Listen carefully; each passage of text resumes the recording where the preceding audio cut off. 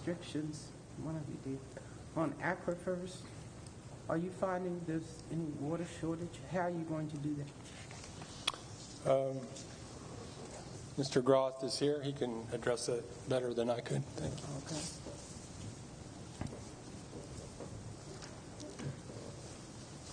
Hi, Jason Groth with Charles County's Planning and Growth Management staff. The restrictions on the aquifer are based on new information that the Maryland Department of the Environment's been able to obtain. As technology has progressed and their modeling efforts have progressed, they've found that the aquifers aren't as large and as vast as they once thought they were.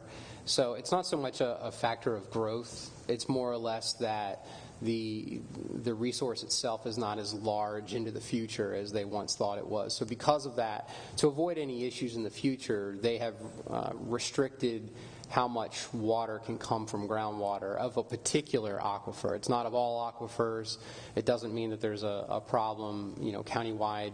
It's just that there is a very specific aquifer that is not as large as they once thought it was. So they've essentially reduced that permit, which is basically future. It was unused portions of the aquifer. So instead of allowing us to use these unused areas into the future, they've said, we're going to curtail that a bit, and we want you to start thinking about other water resources or other strategies to supply your groundwater in the future.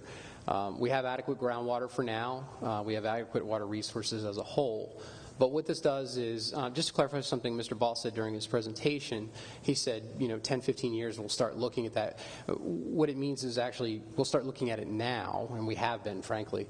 But in 10 or 15 years, we may shift some of our uses to either other aquifers or other water resources that might be surface water resources, and so on and so forth. So we're actively pursuing those items, but the clarification is that the current water resources element that was in the draft plan that you previously received specified that we were taking water from 3 specific aquifers, and it had an amount of so much.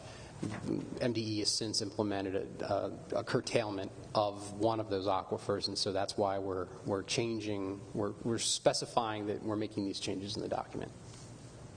Is that a verbose enough answer? Yeah, that's okay.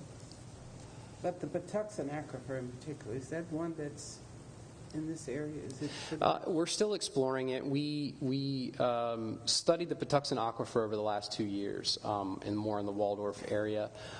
We found that while we did find the Patuxent aquifer, it's not as robust as it is in the western side of the county. It's a very productive aquifer in Bryan's Road and in that area. It's not as productive in Waldorf and White Plains, but it is still productive. It's just not as productive. So we're looking at all of our options, and we're sort of coming up with a new portfolio of water resources. Okay. Any other questions or comments?